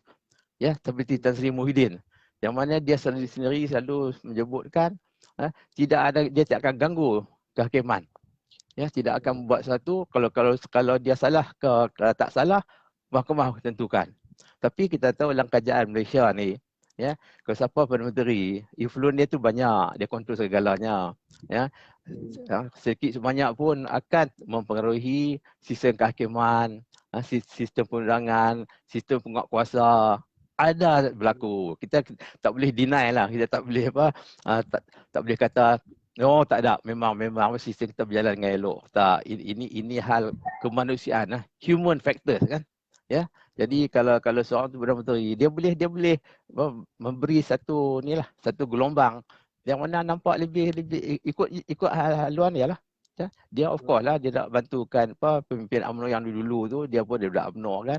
Jadi itu pandangan saya dan juga ramai pun pendapat begitulah. Okey, Fik. Itu sebab aku nak tambah sikit tu. Yang Datuk lupa nak sebut. Semasa Tan Sri dijatuhkan sebagai seorang Perdana Menteri, ayat yang terakhir keluar daripada mulut Tan Sri Muhyiddin Yassin adalah kerana saya dijatuhkan pada hari ini adalah kerana saya tidak mahu berkompromi dengan kluster mahkamah yang minta untuk saya gugurkan kes. Dan sehingga ke hari ini tidak ada seorang pun yang saman Tan Sri Muhyiddin Yassin atas kenyataannya, walaupun pada waktu itu mengambil tindakan popular, meletakkan dalam Facebook mereka akan saman Tan Sri Muhyiddin Yassin dan Datuk Wan Saiful Wan Jan. Sehingga ke hari ini tidak ada saman yang dibuat. Maknanya betul Tan Sri cakap bahawa mereka cuba untuk menyuruh Tan Sri menggugurkan kes mereka di mahkamah. Ini ayat terakhir daripada mulut Tan Sri Muhyiddin Yassin. Dan kita bersetuju dengan Tan Sri ni atas dua perkara tu. Macam Datuk sebut tadi, kan, berkaitan dengan campur tangan di dalam bidang kuasa mahkamah. Kita bersetuju dengan doktrin Montague. Kan? Doktrin Montague pada 15 kurun ke-15 yang menetapkan bahawa kestabilan undang-undang ini akan wujud apabila berlakunya triparty system ataupun separation of power, pemisahan kuasa. Dan perkara inilah yang dilaksanakan oleh Tan Sri Muhyiddin Yassin kerana nak bawa kembali doktrin yang mana telah pun didoktrinkan semasa kita tubuhnya Malaya, di mana kuasa eksekutif tidak boleh mencampuri kuasa penghakiman dan juga legislatif.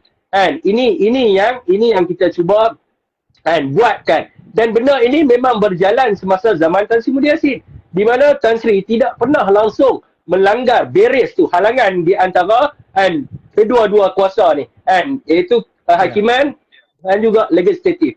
Dan perkara ini perlu untuk memastikan bahawa undang-undang ini sebagaimana di dalam perkara 8 perlembagaan itu setiap orang adalah sama rata di sisi undang-undang dan juga berhak mendapat perlindungan yang sama rata di sisi undang-undang. Sebab itu perlunya kita menghormati doktrin ni.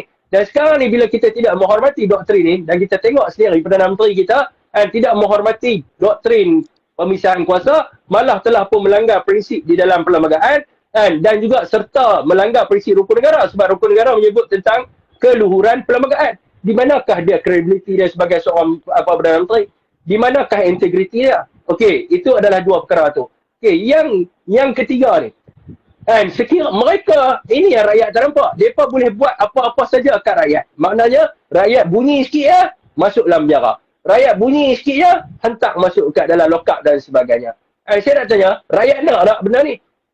Rakyat nak benda ni berlaku?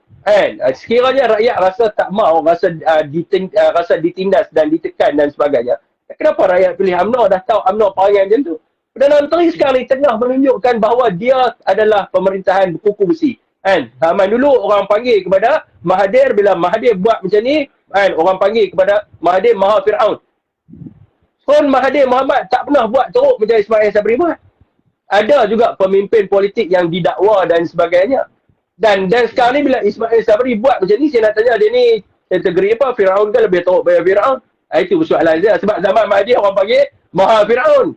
So Ismail Sabri ni apa benda? Nak kata lah. Okey Tok, silakan Tok.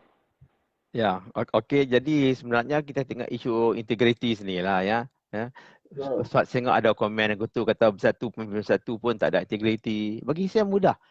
Kalau apa rakyat umum, majoriti rasa satu calon tu datang daripada bersatu kan lepas election ni lah. Kalau tak integriti, kita jangan sokong. Ya. Walaupun parti kita sendiri. Itu ada kesalahan pemimpin kita letakkan calon yang tidak ada integriti. Ya, yang pernah ada salah guna kuasa. Jadi rakyat sekarang jangan tak payah komplain sekarang ni ya, tak payah kata siapa yang tak bagus. Kalau dia tak setuju dengan Tan Sri Muhyiddin tak apa. Kalau dipaguh, kalau dia bertani dipaguh, rakyat paguh majoriti kata oh dia tak ada integriti. Jangan sokong dia. Ya, sebab demokrasi ni demokrasi, tapi kalau seorang dua yang tak setuju, yang majoriti setuju, maksudnya dia ada pemimpin yang lebih baik pada yang lain lah. Ya, kita kena tahu hakikat mana ada perfect dalam dunia ni kan. Ya, sebab itu kita ada syurga dan neraka kan. So demokrasi ini kita tengok majoriti ya ikut Tun Mahathir. Kalau lebih satu undi pun dulu dia kata menang juga dia kata. Kan? Dari segi konsep integriti dari segi demokrasi. Jadi sekarang ni kita kena pastikan lah ya, iaitu Parti Bersatu PN ni ya, khususnya PAS lah, yang saya rasa PAS pun masih mempunyai integriti yang tinggi. ramai pemimpin dia. Kita cakap majoriti lah dia parti tu kan. Kalau nak cari seorang dua tu memanglah ada ya kan. Tapi kita tak boleh kata semua parti tu buruk. Tapi harap pemimpin yang berkuasa yang memegang jawatan dalam parti pandailah untuk memilih. Janganlah memberi mereka tempat seperti mana UMNO dan BN buat sebelum ni. Bagi UMNO dan BN sebelum ni kita tengok dia orang tak kira kalau masuk dalam inner circle dia lah. Masuk komplot-komplot dia tu yang menjaga kepentingan antara satu sama lain, itu yang pergi kroni tu. Macam mana pun semua okey. Dia bagi jadi calon juga. Ada kes mahkamah pun bagi calon juga. Itu pentadbiran dulu. Tapi kalau ini berlaku dalam Perikatan Nasional, saya kecewa lah. Dan rakyat pun akan kecewa lah. Jadi sekarang ni kita jangan risau di segi siapa nak sokong kita atau tidak. UMNO tak nak masuk sekali dengan Perikatan Nasional pun tak apa. Kalau masuk pun Syafiq dah sebut mungkin satu liability bagi Perikatan Nasional. Kalau UMNO BN bersama kita, Syafiq cerita panjang tadi dah. Sinero apa berlaku lah. Mereka main cakap sembang sokong kita nak sokong mereka pula. Jadi itu memang satu keburukan pada Perikatan Nasional. Jadi tak payah macam tu. Rakyat lebih tahu siapa memilih. Jadi dari segi integriti ni saya rasa kita patut teruskanlah daripada parti Perikatan Nasional ni. Tak apalah ada yang komen tu kata Tan Sri pun ada kes-kes macam lah Azmin ke apa. Tak apa, biar pengundi kawasan dia menentukan lah. Kalau kita duk ngundi di Lok Stang tu, apa rakyat Paguh kata, tu pelang rakyat Paguh lah. Kita duduk Lok Stang ni, kita nak jaga Lok Stang lah. Kubang Basuh pun tak apalah. Kalau Syafiq Kubang Basuh pun nak sokong Basuh pun sokong lah. Lok Stang lah. Di mana bumi dipijak, di situ langit dijunjung. Jadi yang sekok dua ni dan duk komen-komen tu, Taslim Muhyiddin ada kes, Azmin ada kes dia. Tak apalah, biar rakyat menentukan. Sebelum rakyat menentukan, biar mahkamah menentukan. Kalau mereka ada kes, sekarang Perdana Menteri bukan lagi daripada Bersatu PN. Kalau Ismail Sabri ada kes, dia ada prima facie kes tu, oleh AG sumbat mereka ke mahkamah. Pasal apa tak buat macam tu? Sekarang dia bukan di Bersatu. Kalau dia sama dalam Bersatu, mungkin dia tak akan buat macam tu. Tapi sekarang dia parti UMNO. Kalau dia nak bunuhkan Bersatu PN, okey, korek lah apa kesalahan Bersatu dan PN tu. Ada pemimpin Bersatu yang tak betul tu, tak ada integriti, sarjana kuasa, rasuah sebagainya. Sekarang bawa ke pengadilan. Jangan cakap saja. Kalau ada kes sebenarnya. Dia lebih daripada bercakap macam mana tu. Okey, saya nak tanya yang terakhir tu sebelum kita ni minta maaf Abang Fazil jam telah lewat ni sebenarnya. Kan? Ustaz tengok lagi. Tak apa, bagi dia cakap saya tak apalah. Okey dah. Apa bini nak tidur ni, bini dah ketuk pintu. Okey tu, last mungkin short tu punya ulasan. Saya nak tanya tu, pandangan tu sebab yang last tadi ada saya sebutkan berkenaan dengan keputusan PRN Melaka akan memain peranan yang penting di dalam menentukan PRU yang ke-15. So Tok punya pandangan macam mana berkenaan dengan benda tu? Ya, saya rasa betul. Itu sebagai satu benchmarking atau test ground lah. Untuk parti politik, pemimpin dan juga untuk rakyat melihat apakah ni cara-cara pengundian dan di manakah hala tuju kerajaan. So kalau rakyat di Melaka dapat buktikan satu ketulusan, satu integriti, mereka memilih parti dan juga calon yang berintegriti. Kalau parti itu letakkan calon tak berintegriti, jangan sokong walaupun parti itu. Kita mesti ada prinsip, rakyat mesti ada prinsip supaya memberi satu mesej kepada pemimpin parti politik bahawa rakyat serius. Kami hendak kehadapan dengan pemimpin yang berintegriti, parti yang berintegriti. Kalau tidak, kami tak akan terima. Ini adalah kebaikan untuk negara masa depan dan juga saya rasa polemik ini akan dapat diterima oleh semua bangsa di Malaysia. Saya ada tanya pendapat kajian seorang profesor lah, nanti saya cerita kemudian lah. Dari segi polemik politik ni khususnya bukan bangsa Melayu. Apakah untuk cara-cara mengundi dia? Dia orang ni akan lebih daripada lihat pada integriti. Walaupun lebih pada bangunan. Kalau kita kata kita buat pembangunan, kita buat airport besar, buat projek-projek, tapi semua kita asal guna kuasa, duit tu kita masuk pada koloni kita, rakyat akan terima. Lebih baik pembangunan sederhana tapi ikhlas, telus dan tidak ada salah guna kuasa. Okey Tok. Apa mungkin yang tentang laporan tu mungkin kita boleh buat minggu depan kot Tok.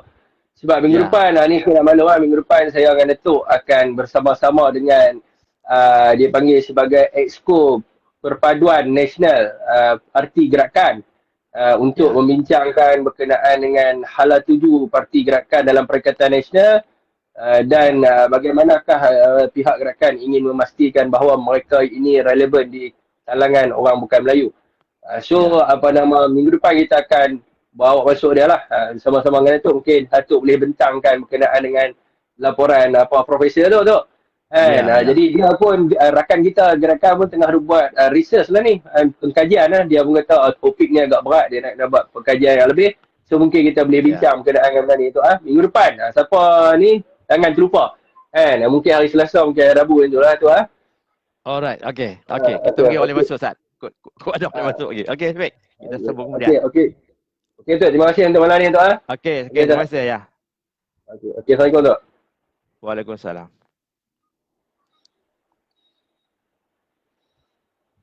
Okey, tuan-tuan saya minta maaf ni banyak-banyak ada terutamanya kepada Abang Fazil sebab hari ni saya start live lambat. Tu saya salah sebab saya main trade jadi tengah trade, so saya lambat tadi. So dia ada dua perkara di sini lah. Satunya sebab video pun dah sampai 1 jam 40 minit dan masa pun hampir menunjukkan jam 12.30 malam. Jadi saya tengah buat live dalam bilik sekarang ni. Kalau saya buat live kat luar tak apalah. Okay, saya mohon maaf banyak-banyak tuan-tuan. Saya menyusun 10 jari untuk mohon maaf. Mungkin esok kita akan sambung tuan-tuan. Okey, saya rasa setakat tu saja untuk malam ni. Wabillahi taufiq wa hidayah. Wassalamualaikum warahmatullahi wabarakatuh.